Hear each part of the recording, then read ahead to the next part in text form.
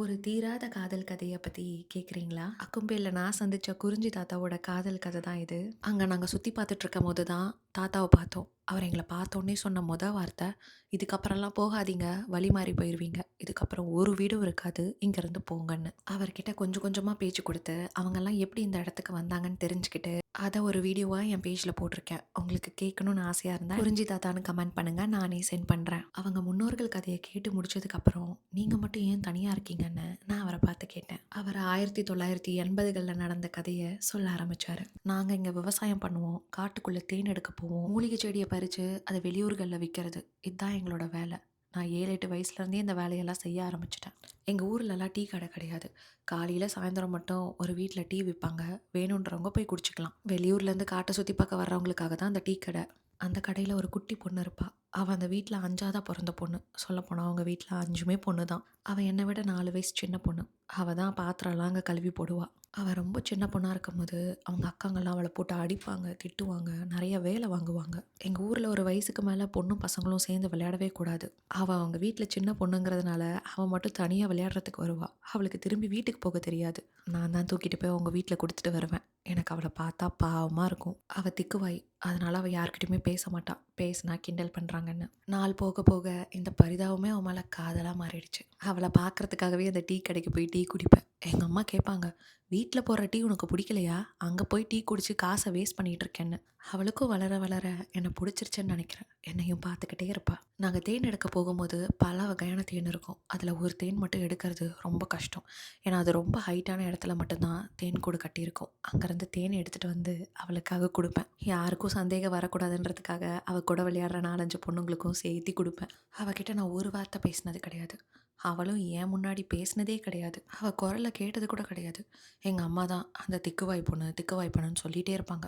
எனக்கு செம கோவம் வரும். அப்படி சொல்லும்போது நான் எங்க வீட்ல திட்டி விட்டுருவேன். அவ எப்போ வயசுக்கு வருவான்னு காத்துக்கிட்டு இருந்தேன். ஏன்னா எங்க ஊர்லலாம் வயசுக்கு வந்தவொடனே பொண்ண கல்யாணம் பண்ணி குடுத்துருவாங்க. ஒரு நாள் அவ குடும்பம், எங்க குடும்பம்னு கொஞ்சம் பேர்லாம் உட்காந்து பொதுவா பேசிட்டு இருந்தோம். அப்போ அவளோட அக்கா புருஷன் விளையாட்டுக்கு, "இந்த திக்குவாய்க்கு குறிஞ்சி பூ வேணுமா? குறிஞ்சி பூ பூக்கிற மாசம் வந்துருச்சுல்ல. எவனாச்சும் குறிஞ்சி பூ குடுத்தா அப்படியே பின்னாடியே போயிருவாளாட்றக்குன்னு" சொல்லி சிரிச்சான் பாருங்க. எனக்கு செம்ம கோவம் வந்துருச்சு. அவன இழுத்து போட்டு அடி அடின்னு அடிச்சுட்டேன். அவனுக்கும் எனக்கும் பயங்கர சண்டையாயிடுச்சு. அப்ப நான் சண்டையில எல்லாரையும் பார்த்து சொன்னேன், "அவளுக்கு நீல குறிஞ்சி பூ தான் வேணும்னா, அது எந்த மலையில இருந்தாலும் எடுத்துட்டு வந்து நான் குடுக்குறேன்னு." அப்பவே ஊர்ல எல்லாரும் எங்கள பத்தி அரசல் புரசலா பேச ஆரம்பிச்சுட்டாங்க. இப்ப அதுவே எனக்கு எதிரா திரும்பிருச்சு. சண்டைக்கு அப்புறம் என்ன நடந்துச்சு சொல்லுங்கன்னு நான் அவர்கிட்ட கேட்டப்போ, அவர் மூஞ்சே மாறிடுச்சு. ரொம்ப கனத்த குரலோட தான் அதுக்கப்புறம் அவர் பேசவே ஆரம்பிச்சாரு. சண்டை நடந்த அந்த ராத்திரி எங்க வீட்ல யாருமே தூங்க கிடையாது. என்கிட்ட திரும்ப திரும்ப எல்லாரும் சொன்ன ஒரே வார்த்தை, "அவ மேல ஏதாவது பிரியம் வச்சிருந்தீன்னா அத மறந்துரு. அவ குடும்பத்துக்கு செட் ஆக மாட்டா." நான் எங்க வீட்ல 2வது பையன். என் கூட பொறந்தவங்க மொத்தம் 7 பேரு. நானும் என் அண்ணனும் மட்டும் தான் இந்த வீட்டுக்காக உழைச்சு கொட்டிக்கிட்டு இருக்கோம். நான் எங்க அம்மாவ பார்த்து சொல்லிட்டேன். "அவ வேண்டான்னு நீங்க யாராச்சும் முடிவெடுத்தீங்கன்னா, நான் இந்த வீட்லயும் இருக்க மாட்டேன். உயிரோடவும் இருக்க மாட்டேன்னு." "இப்ப என்ன தாண்டா பண்ண சொல்றேன்னு?" என் வீட்ல இருக்கிறவங்கலாம் என்ன பார்த்து கேட்டப்போ, நாளைக்கு காலையிலேயே அவ வீட்டுக்கு போய் பேசி, அவள எனக்கு கல்யாணம் பண்ணி வைங்கன்னு சொன்னேன். அவங்களுக்கு வேற வழியே கிடையாது. ஏன்னா நான் தானே இந்த குடும்பத்துக்கு உழைச்சு கொட்டுறேன். அவங்க செஞ்சு தான் ஆகணும். அடுத்த நாள் காலையில நாங்க எல்லாருமே அவங்க வீட்டுக்கு போனோம். என் அப்பா, அம்மா, என் கூட பொறந்ததுங்கன்னு எல்லாரும் அவங்க கிட்ட மன்னிப்பு கேட்டுட்டு இருந்தாங்க. நான் அப்படியே தான் நின்னுட்டு இருந்தேன். உங்க கடைசி பொண்ண என் பையனுக்கே கட்டி குடுத்துருங்கன்னு எங்க அம்மா அந்த விஷயத்த சொன்னப்போ, அவங்க வீட்ல இருக்கிறவங்கலாம் அப்படியே பாஞ்சுட்டு வந்தாங்க. இவ்ளோ கோவப்படுறவனுக்குலாம் என் பொண்ண கட்டி தர மாட்டேன்னு அவன் மாமனும், அப்பனும் சொன்னப்போ, நான் திருப்பி கேட்டேன். சின்ன வயசுலேருந்து பார்க்குறேன். அந்த பொண்ண அந்த அடி அடிக்கிறீங்க. வெறும் பாத்திரம் கழுவுறதுக்காகவும், துணி துவைக்கிறதுக்காகவும். எனக்கு கட்டி குடுங்க. ஒரு வேல செய்ய தேவையில்ல. அவள எல்லாரும் திக்குவாய், திக்குவாயின்னு சொல்றதுனால தான், அவளுக்காகவே கொம்பு தேன அவ்ளோ மேல ஏறி எடுத்துட்டு வந்து குடுக்குறேன். அவ பேச வேணாம், வேலை செய்ய வேணாம். என் பொண்டாட்டியா என் வீட்லயே இருக்கட்டும்னு எல்லார் மூஞ்சிலயும் அடிச்ச மாதிரி சொன்னேன். உனக்கு புடிச்சா போதுமா? பொண்ணுக்கும் புடிக்கணும்னு அவங்க வீட்ல இருந்து எல்லாரும் கத்த ஆரம்பிச்சுட்டாங்க. எங்க சைட்ல இருந்து எங்களுக்காக பேசுறதுக்கு கூட்டிட்டு போன ஆளு அவகிட்ட கேட்டாரு. "உனக்கு இவன கட்டிக்கிறதுக்கு விருப்பமான்னு?" அந்த திக்குவாய்க்கிட்ட என்ன கேட்குறீங்கன்னு அவன் மாமன் திருப்பியும் சொன்னான். கத்தி எடுத்து கையில வச்சுட்டு சொன்னேன். "அவள யாராச்சும் பேச விடாம தடுத்தீங்க, கத்திய வாயில சொருகிட்டு போயிட்டே இருப்பேன்னு." அந்த இடமே அமைதியாயிடுச்சு. அவ என் முன்னாடி நின்னுட்டு இருந்தா. தேம்பி தேம்பி அழுதுட்டு இருந்தா. அழாம நிமிர்ந்து பார்த்து எல்லார் முன்னாடியும் சொல்லுன்னு நான் கத்துனேன். அழுதுட்டே ஓன்னு சொன்னா. நான் ரொம்ப சந்தோஷமாயிட்டேன். அவ குடும்பத்துல இருக்கிறவங்களுக்கு தான் பேய் அடிச்ச மாரி இருந்தது. எல்லாம் அவள போட்டு அடிக்கிறதுக்கு போனாங்க. எல்லாரும் சேர்ந்து தடுத்துட்டோம். உள்ள குடும்பமா போய் என்னத்தையோ பேசிட்டு வெளியில வந்து சொன்னாங்க, "பொண்ணு இன்னும் வயசுக்கே வரல. வயசுக்கு வந்ததுக்கப்புறம் கட்டி குடுக்குறோம். அந்த பையனும் தனியா தொழில் பார்த்துட்டு போக சொல்லுங்க. அவ்ளோ பெரிய குடும்பத்துலலாம் இந்த பொண்ண கட்டி குடுக்க முடியாதுன்னு. அது மட்டும் இல்ல, இந்த பையன் இனிமே என் பொண்ணு பக்கமே வரக்கூடாது. கல்யாணம் ஆகுற வரைக்கும்னு சொன்னாங்க.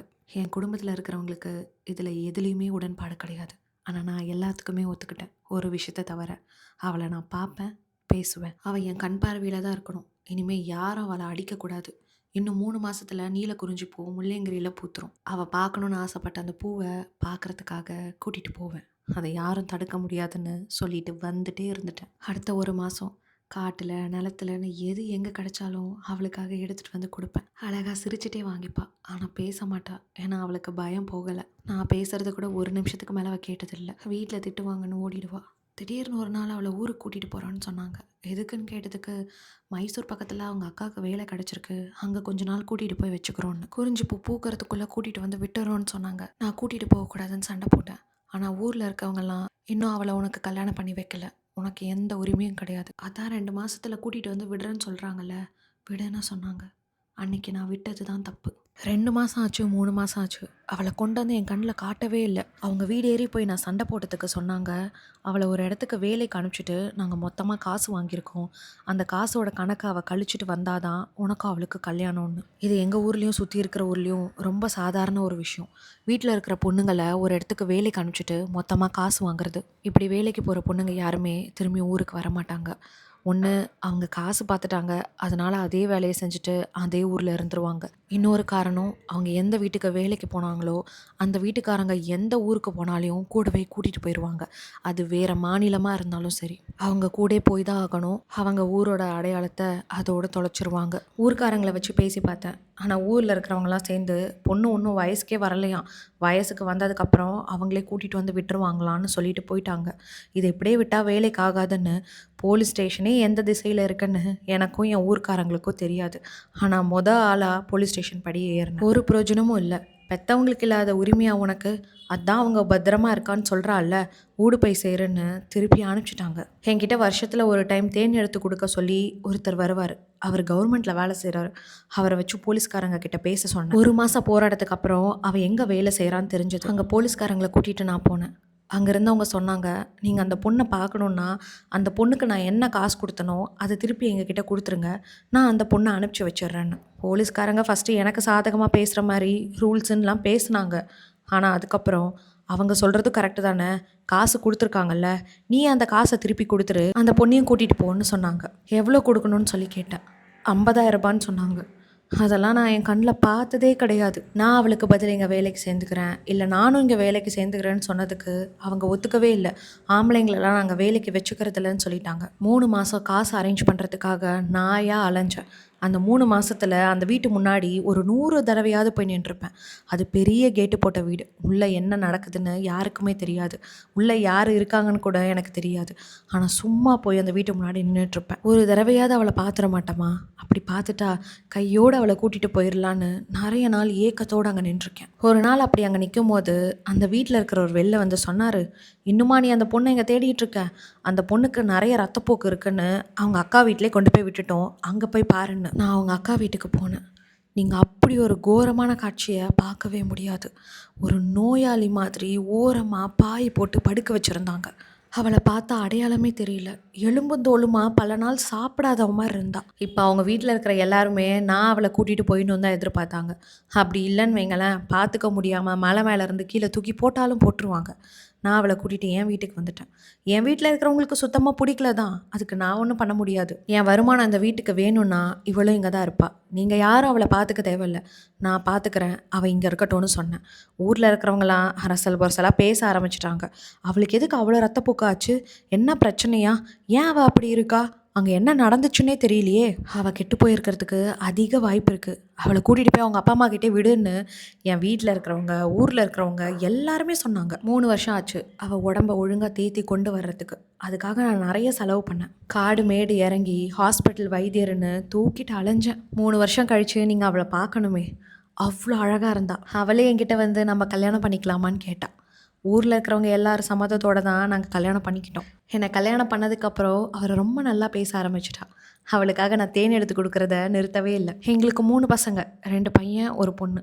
நல்லா படிக்க வச்சோம். இப்ப அவங்க எல்லாம் வேலைக்காக வெளியூர் போயிட்டாங்க. நான் மட்டும் தான் இங்க இருக்கேன். ஏன்னா, இங்க அவ கூட 20 வருஷம் வாழ்ந்திருக்கேன். அதெல்லாம் விட்டுட்டு எங்க சொல்றீங்க? நான் பொறந்து வளர்ந்த ஊருங்கிறத விட, நான் காதலிச்ச பொண்ணு, சந்தோஷமா வாழ்ந்த ஊரு. அதே ஊர்ல, அவ வாழ்ந்த அதே வீட்ல தான் என் உயிரும் போணும்னு, இந்த இடிஞ்சு போன வீட்ல வாழ்ந்துட்டுருக்கேன். அப்புறம் சொல்ல மறந்துட்டேனே, எங்களுக்கு 2 பசங்க பொறந்ததுக்கு அப்புறம் தான், அவள முள்ளியங்கிரி மலைக்கு கூட்டிட்டு போய், நீல குறிஞ்சி மலர்கள பார்க்க வச்சேன். உங்களுக்கு இந்த கதைகள் ரொம்ப பிடிச்சிருந்தா, மறக்காம என்னோட பேஜ்க்கு ஃபாலோ பண்ணிக்கோங்க, சப்ஸ்கிரைப் பண்ணிக்கோங்க. ஏன்னா, இந்த மாரி நெறைய கதைகள் உங்களுக்காக காத்துக்கிட்டு இருக்கு. அண்ட் மறக்காம உங்க ஃப்ரெண்ட்ஸ் அண்ட் ஃபேமிலீஸ்க்கு இந்த வீடியோவ ஷேர் பண்ணிடுங்க.